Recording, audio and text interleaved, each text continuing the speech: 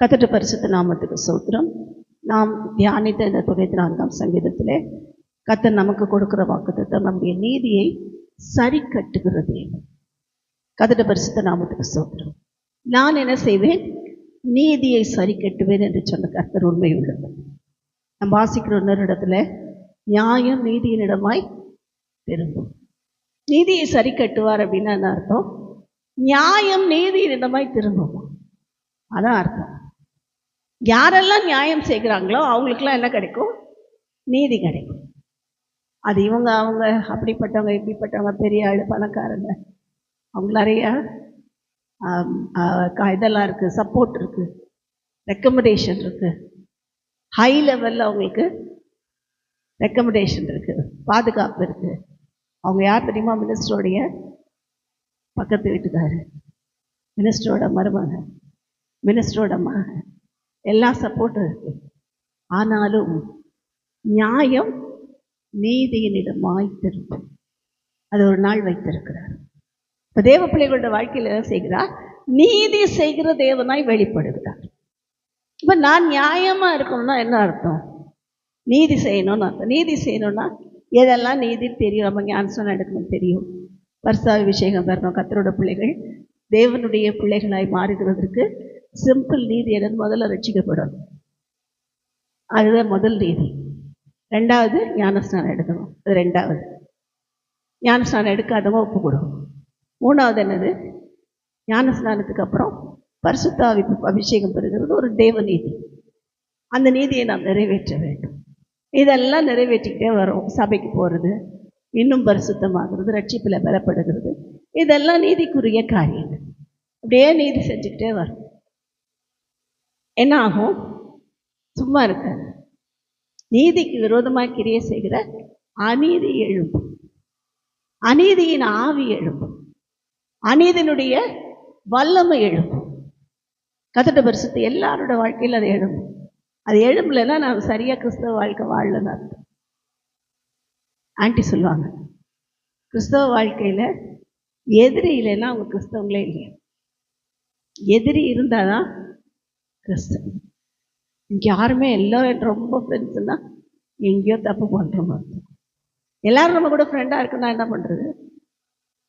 அங்கே போய் பேசினா அவங்களுக்கு தகுந்த மாதிரி பேசிடுறது, இங்கே வந்து பேசினா இவங்களுக்கு தகுந்த மாதிரி பேசுகிறது, பக்கத்து வீட்டுக்கு போனால் அவங்களுக்கு பரவாயில்லைங்க விடுங்க, அதெல்லாம் ஒன்றும், நீங்கள் கோயிலுக்கு தானே போகிறீங்க, உங்கள் கடவுள் உங்களை காப்பாற்றுவார், அவங்கக்கிட்ட அங்கே போய் அப்படி பேசுகிறேன்.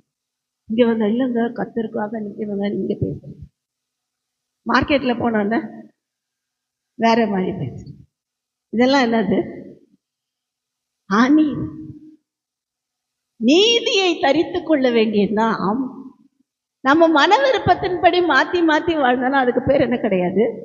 நீதி உள்ள வாழ்க்கை அல்ல. இயேசு கிறிஸ்துவினுடைய வாழ்க்கையில ஒரு நாள் கூட அவர் மாற்றி பேசுறேன். அவர் இந்த பூமியில இருந்த நாளெல்லாம் ஒரு வார்த்தை கூட இல்லை இல்லைன்னு சொன்னதே. நான் சொல்லவே இல்லையே, அப்படிலாம் நடக்கவே இல்லையேன்னு சொன்னதே இல்லை. சொன்னது அப்படியே ஆமான்னார். பயப்படவே கிடையாது. அது யார் எவ்வளோ பெரிய ஆளாக இருந்தாலும் சரி. ஏரோதுவாக இருந்தாலும் என்ன சொன்னார்? அந்த நரிக்கு சொல்லுங்கள். பயந்ததே கிடையாது அவர். நீதிமான்கள் எப்படி இருப்பார்கள்? சிங்கத்தை போல தைரியமாக இருப்பார். அதுதான் நான் நீதியாக இருக்கிறேன்னா எனக்கு இருக்கிறது என்ன இருக்கணும்? தைரியமும் கூடவே இருக்கும். அசட்டு தைரியம் அல்ல, பரிசுத்த ஆவியினால் வருகிற தைரியம். எனக்கா ஒரு தைரியம் இருக்காது. நம்ம எப்படிப்பட்ட ஆள்? பயந்தாங்கொள்ளியே தான் இருந்திருப்போம். இருட்டை பார்த்தா பயந்துருப்போம், நாயை பார்த்தா, இப்போ கூட நாயை பார்த்தா பயம்தான், கரப்பாம்பூச்சியை பார்த்தா பயந்துருப்போம். அதெல்லாம் பயம் இல்லை. அநீதியை பார்த்தால் பயந்து நடுங்கி நீதி செய்கிற ஒரு வாழ்க்கை. அதை தேவன் பரிசுத்தவான்களுடைய இருதயத்தில் நியாயப்பிரமாணம் இல்லாத போதே வைத்தார். ஆபிரகாமுக்கு நியாயப்பிரமாணம் ஒன்று எழுதி கொடுக்கல. நோவாவுக்கோ ஏனோக்குக்கோ நியாயப்பிரமாணம் என்று ஒன்று இல்லை. இப்படிலாம் செய்யணும், இப்படிலாம் இருக்கணும், இப்படிலாம் செய்யக்கூடாது, 10 கட்டளை, கற்பனைகள், இதெல்லாம் இல்லை. கர்த்தருடைய பரிசுத்த நாமத்துக்கு ஸ்தோத்திரம்.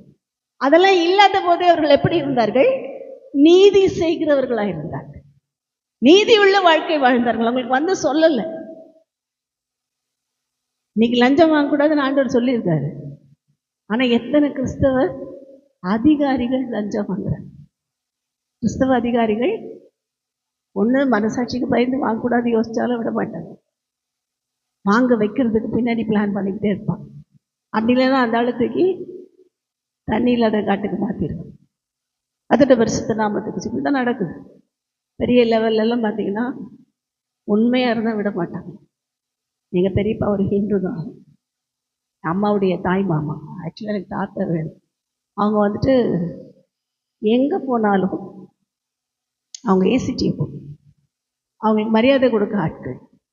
வேனில் உட்கார்ந்தா போதும், ஐயா கேட்குறாரு இவ்வளோ கொடுன்னா இவங்க அப்படி பார்வை பார்த்தா போதும், இவருக்கு பேச வேண்டாம், இவ்வளோ கொடுன்னு கேட்க வேணாம், கொடுத்து தான் ஆகும். இவங்க வாங்கக்கூடாதுன்னு நினச்சாலும் கூட இருக்கிற ஆட்கள் விட மாட்டாங்க, இவங்க வண்டியை காமிச்சே வாங்கிடுவாங்க. இதெல்லாம் வேணாம் ஐயா, எதுக்கு அவங்களோட வயிற்றுச்சல். அவங்க ரொம்ப கடவுளுக்கு பயந்தவங்க, அவங்க கும்பிடுற கடவுளுக்கு பயந்துருந்தாங்க. அதோட பரிசுத்த நாமத்துக்கு ஸ்தோத்திரம். ஆனாலும் விட மாட்டாங்க, உடனே வேற ஏரியா மாற்றிடுவாங்க. இங்கேருந்து நீ வாங்க மாட்டேங்கிறேன், உன்னால எனக்கு லாபம் இல்லை, போகும்போது. அதோட பரிசுத்த நாமத்துக்கு ஸ்தோத்திரம். இன்னைக்கு நடக்கிறதா தான். இன்னைக்கு உலகம் எப்படி போய்கொண்டிருக்கிறது? நீதி இல்லாத ஒரு வாழ்க்கைக்குண்டாங்க, அநீதியின் பாதையிலே துணிகரமாய் போய்கொண்டிருக்கிறோம். அந்த இடத்துல தான் நம்மள வச்சிருக்காரு. அநீதி உள்ள உலகத்துல தான் நம்ம இருக்கிறோம். நம்ம ரொம்ப பரிசுத்தமான இடத்துல இருக்கிறோம்லாம் இல்லை, அநீதி உள்ள உலகத்திலும் நம்ம என்ன செய்யணும்? நீதி செய்ய வேண்டும் என்று தேவன் விரும்புகிறார். கர்த்தருடைய பரிசுத்த நாமத்துக்கு ஸ்தோத்திரம். அதனாலதான் நம்ம பார்க்கிறோம், அநேக நீதிகளை பார்த்திருக்கோம். எனக்குன்னு ஒரு நீதி இருக்கு, அதுக்கு பேர் என்னது? சுயநீதி. ஏற்கனவே பைபிள் ஸ்டடியில் பார்த்துருக்கோம். நமக்குள்ள இருக்கிறது என்னது? சுயநீதி. எனக்கு ஒரு நீதி இருக்கு. அடிக்கடி பாஸ்டர் சொல்லுவாங்க, நானா சண்டைக்கு போக மாட்டேன், வந்த சண்டையை விட மாட்டேன், வந்த சண்டையை நான் விட மாட்டேன், சும்மா இருப்பேன், அமைதியா இருப்பேன். சண்டைக்கு வந்தா கண்டிப்பா நானும் சண்டை போடுவேன். இதுக்கு பேர் என்னது? சுயநீதி. இதை குறித்து ஏசாயா சொல்லும்போது சொல்லுகிறார், எங்களுடைய நீதிகள் எல்லாம் அழுக்கான கந்த மாதிரி இருக்கும். நான் எனக்குன்னு வச்சிருக்கேன் பார்த்தீங்களா, நான் வந்த சண்டையை விட மாட்டேன்னு சொல்றேன்ல, இந்த நீதி தேவனுக்கு முன்னாடி எப்படி இருக்கு? பிரிஞ்சு போய் அழுக்கு ட்ரெஸ் போட்டு அவர் முன்னாடி நிற்கிற மாதிரி இருக்கு. நம்ம போட்டிருக்கிறது என்னமோ பட்டு தான், போட்டிருக்கிறது என்னமோ புது ட்ரெஸ் தான். தேவன் பார்க்கும்போது எப்படி இருக்கு? பிச்சைக்கார மாதிரி இருக்கு. கர்த்தருடைய பரிசுத்த நாமத்துக்கு ஸ்தோத்திரம்.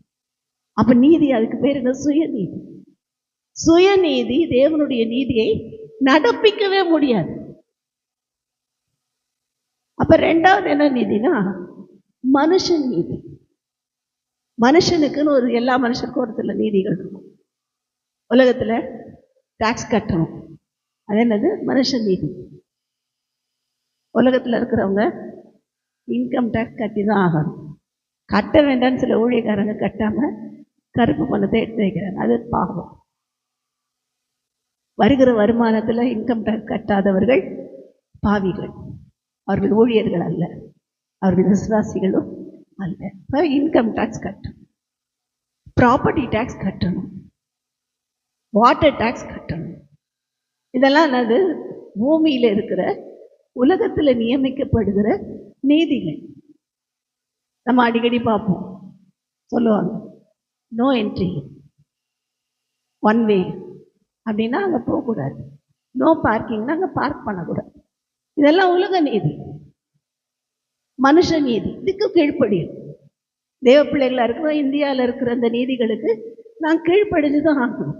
நான் கிறிஸ்டின், நான் யார் தெரியுமா, நான் இதெல்லாம் செய்ய முடியாது அப்படின்னு சொல்றதுக்கு நமக்கு அருகதை இல்லை. நம்ம இந்த பூமியில் இருக்கிற வரைக்கும் இந்திய பிரஜைக்குரிய அந்த காரியத்தை செய்யணும். ஆனால் அதே இந்திய பிரஜையாக இருக்கிறதுனால எல்லாரும் சாமி கும்பிடுங்க வணங்குங்கன்னு சொன்னால், அங்கேயும் போய் அம்மா இந்திய பிரஜை நான் வணங்குவேன்னு சொன்னால் ஏசுப்பை பார்த்து சிரிப்பேன். இப்போ ஞானம் இருக்கும். கர்த்தருடைய பரிசுத்த நாமத்துக்கு ஸ்தோத்திரம். நான் இந்தியாவில் இருந்தாலும் என்னுடைய ராஜ்யம் வேறு, நான் அழைக்கப்பட்டிருக்கிற ராஜ்யம் வேறு, நான் ஆராதிக்கிற தேவன் எனக்காக வைத்திருக்கிற வாழ்க்கை வேறு. கர்த்தருடைய பரிசுத்த நாமத்துக்கு சொல். இப்போ சுயநீதி, அடுத்தது உலக நீதி. இன்னொன்று என்னதுன்னா தேவநீதி. அதுக்கு பேர் என்னன்னா தேவநீதி. தேவநீதி எப்பயுமே பார்க்கறதுக்கு பைத்தியம் மாதிரி இருக்கும். 1 கொரிந்தியர்ல வாசிக்கிறோம், எல்லாருக்கும் தெரியும். கெட்டு போகிறவர்களுக்கு அது பைத்தியமா இருக்கு. ரட்சிக்கப்படுகிற நமக்கும் அது தேவ பலனா இருக்கிறது. அது கொஞ்சம் பார்க்க பைத்தியத்தக்காரத்தனமா தான் இருக்கும். இல்லைங்க, ஒன்றும் பேச மாட்டீங்களா? எங்களை டிபார்ட்மெண்ட் மாற்றிட்டு அவர் ஜிஎம் அவர் ஜெயக்குமார் ஒன்றும் பேச மாட்டேங்க, எதுவுமே கேட்கலையே, சண்டை கிட்ட போறீங்கன்னு பார்த்தேன். என்னையே அங்கே மாற்றுறீங்கன்னு கேட்டேன். எனக்கு எந்த டிபார்ட்மெண்ட் கொடுக்குறீங்களோ அதை நான் பார்க்குறேன். நீங்க நான் சார், இதுதான் என்ன செய்ய தேவன் விரும்புகிறது. சண்டை போடலாம், நான் சீனியர் மோஸ்ட், என்ன போய் அங்கே போட்டியே இங்கே போட்டியேன்னு கேட்கலாம். நம்ம கேட்கக்கூடாது. தேவன் எங்கே வைக்கிறாரோ அங்கே இருக்கும்போது அதனாலே வருகிற ஆசீர்வாதம் வித்தியாசமாக இருக்கும். இருக்கிற இடத்துல இருந்தோம்னா ஆசீர்வாதம் வித்தியாசம். ஏற்றபடி ஓடணும்னா அது வேற மாதிரி இருக்கும். அப்போ நாம் பார்க்கிறோமா, நமக்கு தேவ நீதி அவசியம். இந்த தேவ நீதி எப்பயுமே பார்க்கறதுக்கு பைத்தியக்கா மன்னிச்சிருந்தாரு. அவன் திட்டிட்டு போறான், நீ பேசாத அமைதியா இருந்தார். அவன் அடிக்க வரான், அடிச்சுட்டே போறான். ஒரு கன்னத்தில் அடித்தால் மறு கன்னத்தையும் காட்டுன்றார். அப்படின்னா என்ன அர்த்தம்னா அமைதியா இருந்தான், பேசாது. எதுக்காக? இயேசுவை விட்டு அப்படின்னு அடிப்பாங்க சார் வீட்டில் வீட்டுக்கார். அந்த மாதிரி சூழ்நிலை அடித்தா நான் என்ன செய்ய கற்றுக்கொள்ள வேண்டும்? எதிர்த்து நிற்கக்கூடாது, அமைதியாக போ. அது கொஞ்சம் கஷ்டம்தான். உடனே இவங்களை நான் யார் தெரியுமா, நான் முட்டி போட்டு ஜெபிச்சேன்னா அவ்வளோதான். என்னது, கிறிஸ்தவனை டிஸ்டர்ப் பண்ணாதவனை அசால்ட்டாக எண்ணிடாது. முட்டி போட்டு ஜெபிச்சேன்னா ஆமாம், நீ முதுக காட்டி ஓடிடுவேன் பாட்டில் பாடி அவங்கள பயமுறுத்தி இருக்காங்க. நிறைய பேர் அப்படி இருக்காங்க. நம்ம வீட்டில் அப்படி தான் கீழே முதல்ல நியூஸ்க்கு வைக்கும். எத்தனை பேர் தெரியும், ஞாபகம் இருக்கு தெரியல, ஜெயக்குமார் டெய்லி ஜெபம் பண்ணுவாங்க. அவங்க வந்து 1 வருஷம் 6 மாதம் நல்லா இருந்தாங்க. அதுக்கப்புறம் எங்களுக்கு இந்த வீடு வேணும்னு ஜெபம் பண்ண ஆரம்பிச்சாங்க. இவங்களை வெளியே அனுப்புங்க ஆண்டவரே. நாங்கள் அங்கே எகிப்தியர் ஆகிட்டோம். இந்த எகிப்தியரை துரத்தி அவங்க பாஸ்டர் வந்து ஜெபம் பண்ணுறாரு. இந்த எகிப்தியர் இந்த வீட்டை விட்டு துரத்தி இந்த வீட்டை எங்களுக்கு தாரும். அவங்க ஜெபம் பண்ணிட்டு இருக்காரு. அவங்க பாஸ்டர் அப்படி சொல்லித்தராரு, இது உங்களுக்கு தான். ஏற்கனவே இல்லீகலாக ஒரு ஃபாரினர் உள்ள வச்சிருக்காரு. அதை பற்றி கேட்ட உடனே தான் எங்களுக்கு விரோதமாக ஜெபம் பண்ணி அந்த வீடு எங்களுக்கு வேணும். ஆனால் தேவன் எப்படி பார்க்குறாரு? தேவ நீதியை நடப்பிக்கிறதை பார்க்கிறார். கடைசியாக அவர் வீடு காலி பண்ணி போகும்போது, சாரி சிஸ்டர், சாரி பிரதர், அவங்க பண்ணதெல்லாம் மன்னிச்சிருங்க. காரணம் என்ன? கர்த்தர் அவர்களை தோற்று ஓட. நம்ம போய் நாங்கள் எகிப்தியர்கள்னு சொன்னீங்களே, எப்படி சொல்லலாது? சொன்னால் சொல்லிக்கோ, யார் எகிப்தியர்னு எப்போ தெரியும்? தேவன் நீதியை நடப்பிக்கும் போது தான் தெரியும். கர்த்தருடைய பரிசுத்த நாமத்துக்கு சொல்கிறேன். அப்போ தேவனுடைய நீதியை நடப்பிக்கிறது தான் நம்மேல் விழுந்த கடமை. கர்த்தருடைய பரிசுத்த நாமத்துக்கு சொல்கிறேன். தேவனுடைய நீதியை நடப்பிக்கும் போது வாய மூடிட்டு இருந்துவாரு, சண்டை போடாதன்வாரு, சபிக்காதன்வாரு, யாரையும் சாப விடாதீங்க, சபிக்காதன்வாரு, தேவையில்லாம எதையும் பேசாதன்வாரு. நல்ல தேவநீதி. இந்த தேவநீதியெல்லாம் சொன்ன டைம் ஆயிடும். கர்த்தருடைய பரிசுத்த நாமத்துக்கு சொல்கிறேன். இப்படி எல்லா நீதியையும் நிறைவேற்றுது நமக்கு ஏற்று ஆண்டவரே சொன்னார். அவரோட வாழ்க்கையில் அவர் வாழ்ந்தும் காட்டினார். அவர் எப்படியெல்லாம் நீதி செய்தார்னு பார்த்தீங்கன்னா, பணத்தின் மேலே குறியா இல்லை. எல்லாம் வந்துச்சு. அவருக்கு காணிக்கை கொடுக்க நிறைய பேர் வந்தாங்க. அநேக பெண்கள் அவருக்கு காணிக்கை கொடுத்தார்கள். பொருளாலும் தங்கள் எல்லாவற்றாலும் அவரை கனப்படுத்தினார்கள், அவரை மகிமைப்படுத்தினார்கள். எல்லாம் அவர்கிட்ட இருந்தது. கவுண்ட் பண்ணி எவ்வளோ ஆச்சு எல்லாம் எடுத்து, இதில் கொஞ்சம் அதில் கொஞ்சம் அதில் கொஞ்சம் பில்டிங் கட்டு அப்படின்லாம் சொல்ல. அந்த காணிக்கையில் பில்டிங் கட்டு, இந்த இடத்த சொந்தமாக வாங்க, அதெல்லாம் பண்ணவே இல்லை. காணிக்கை வந்தது, அங்கே இருந்தவங்களுக்கு கொடுத்துக்கிட்டே போனார், வர்றதை கொடுத்துக்கிட்டே போனார். அதை விட யார் கண்ட்ரோலில் தான் கொடுத்துருந்தாரு? யூதாஸ் காரியத்துக்கு தான் அவருக்கு ட்ரெஷரராக இருந்தது. அநேக சீஷருக்கு ஒவ்வொருத்தரும் ஒரு வேலை. அந்த வேலையில் யூதாஸ்காரியத்துக்கு கொடுக்கப்பட்ட வேலை என்ன? பணப்பையை வைத்திருக்கிற வேலை. அதனால தான் அவனுக்கு அது மேலேயே போயிடுச்சு. பணப்பையை பார்த்துக்கிட்டே இருக்கிற ஆளுக்கு அது மேலே போயிடும். கர்த்தருடைய பரிசுத்த நாமத்துக்கு ஸ்தோத்திரம். என்னாச்சு? இது நிமித்தம் அநேக தீமைக்குள்ளாக யூதாஸ்காரியத்துக்கு கடந்து போக வேண்டியிருந்தது. அப்போ இன்றைக்கு தான் பார்க்கிறோம், பொருளையும் எல்லாவற்றையும் தேவனுக்கு செலுத்துகிறது தேவனுடைய நீதி. தேவனுக்காக வாழ்கிறது தேவனுடைய நீதி. தேவனுக்கு பிரியமானபடி அவர் சொல்றபடி எல்லாம் சத்துருக்களை சிநேகித்து உங்களை துன்பப்படுத்துகிறவர்களுக்காக ஜெபம் பண்ணுகிறது தேவநீதி. இந்த தேவநீதி செய்ய செய்ய செய்ய நீதி உள்ள ஒரு ராஜ்யம் ஸ்தாபிக்கப்படும். அந்த ராஜ்யத்துக்கு தான் நம்மளை கூட்டு போகிறார். அந்த ராஜ்யத்துக்கு போகக்கூடாமல் இன்றைக்கு அநேக காரியங்கள் உபாய தந்திரங்களை எழுப்பிக் கொண்டிருக்கிறது. நான் உங்களுக்கு தெரியணுன்றதுக்காக சொல்கிறேன். நேற்றைய செய்தியிலே ஏற்கனவே அதை பேசி யூடியூப்பில் போட்டிருக்கேன். கர்த்தருடைய பரிசுத்த நாமத்துக்கு ஸ்தோத்திரம். இன்றைக்கும் அதை சொல்ல விரும்புகிறேன். இன்றைக்கி என்ன ஆயிடுச்சு? ரோபோட்டிக் டெக்னாலஜி பரவ ஆரம்பிச்சிருச்சு. இப்போ எல்லா இடத்துலையும் ரோபோ, வீட்லேயே ரோபோ இருக்குது. எல்லார் வீட்டில் காமனாக எல்லா வீட்லேயும் அலெக்ஸா அப்படின்னா போதும். என்னது? ஆமாம், ஃப்ளிப்கார்ட்டில் வாங்குறாங்க. 5000 ஏதோ கம்மி தான் ரேட்டு. அலெக்ஸா ஸ்விட்ச் ஆன் த ஃபேன் அப்படின்னா அது ஸ்விட்ச் போடும், உடனே ஃபேன் ஆன் ஆகிடும். அலெக்ஸா ஸ்விட்ச் ஆன் த டிவி அப்படின்னா அந்த ரிமோட் அதில் கனெக்டாக இருந்தால் உடனே டிவி ஆன் ஆகும். அலெக்ஸா ப்ளே தட் சாங் அப்படின்னா போடும். என்ன பண்ணுது? நம்ம சொல்கிறத கேட்டு தட்டு மாதிரி இருக்குது, அந்த தட்டு என்ன பண்ணுது? எல்லாம் செய்யும். இன்றைக்கி கம்ப்யூட்டர் ரோபோட்டிக்ஸ் டெக்னாலஜி ரொம்ப காமன் ஆகிடுச்சு. இந்தியாவில் இப்போ தான் வந்திருக்கு. ஃபாரினில் எல்லாத்துக்குமே இதுதான். வேலை செய்கிறதுக்கு கூட ஆட்களை குறைச்சிட்டு ரோபோஸை தான் வச்சுருக்காங்க. யூஎஸில் வந்து டேக்ஸ் கலெக்டிங் ஆஃபீஸில் நடந்த சம்பவத்தை ஒரு 2-3 நாளைக்கு முன்பாக நடந்தது என்று தினத்தந்தியில் வந்து நியூஸை சொல்கிறாங்க. கர்த்தருடைய பரிசுத்த நாமத்துக்கு ஸ்தோத்திரம். அந்த ரோபோ என்ன பண்ணுமா, வருகிற கஸ்டமர்ஸ் எல்லாம் ரொம்ப சந்தோஷமாய் வரவேற்று அவர்களை சிரிக்க வைத்து அவங்களுக்கு வேண்டிய ஃபார்ம்லாம் வாங்கி ஃபில்அப் பண்ணி அதில் ஃபில்அப் பண்ணி ஃபைல் பண்ணி அவங்களுக்கு கொடுக்குமா. அவங்களுக்கு செட்டில் பண்ண வேண்டியதெல்லாம் அதை செட்டில் பண்ணுமா. ரொம்ப ஃபாஸ்ட்டாக இயங்கி கொண்டு ஒரு ரோபோ. கர்த்தருடைய பரிசுத்த நாமத்துக்கு ஸ்தோத்திரம். திடீரென்று கடந்த வாரத்தில் 2-3 நாட்கள் அது என்ன செய்ய தெரியாமல் எது கேட்டாலும் பதிலே இல்லாமல் சோர்ந்து நடந்தது போல் நடந்துட்டு இருந்துச்சு. அதே உள்ள என்ன ரிப்பேர் ஆச்சோ தெரியாது.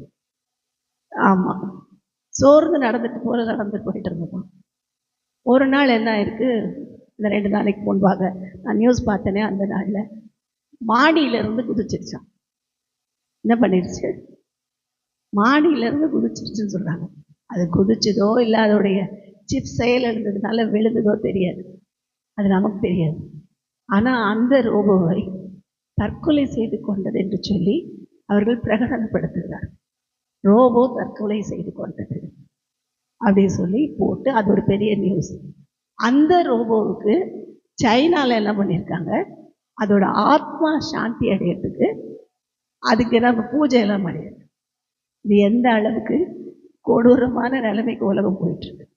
இந்த சூழ்நிலையில் போய் கொண்டிருக்கிறோம், நிதியற்ற உலகத்தில்.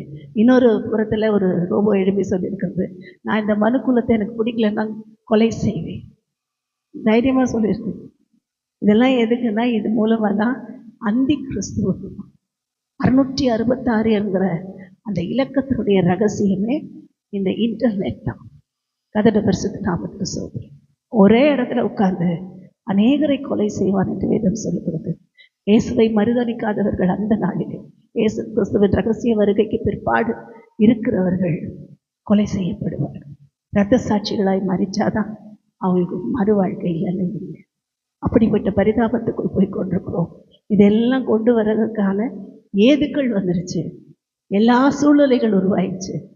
நான் தான் கடவுள் என்று எல்லாரையும் ஆளுகை செய்வதற்கு ரோபோட் டெக்னாலஜி ரெடி ஆயிடுச்சு.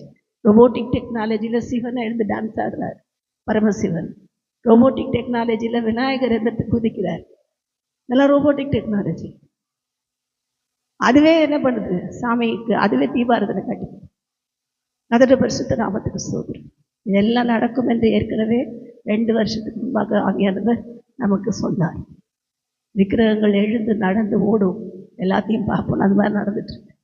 கதடு பரிசுத்த இப்படிப்பட்ட பயங்கரமான ஒரு சூழ்நிலைக்குள் நாம் போய் கொண்டிருக்கிறபடினாலே ஜாக்கிரதை உள்ளவர்களாய் தேவன் நமக்கு கொடுத்த இந்த வாழ்க்கையிலே தேவனுக்கு பிரியமானபடி நீதி செய்வோம், நியாயமாய் நடப்பிப்போம். கர்த்தர் நமக்காக வழக்காடி நமக்காக யுத்தம் பண்ணுவோம். கர்த்தருக்கே மகிமை உண்டாகட்டும். ஆமென்.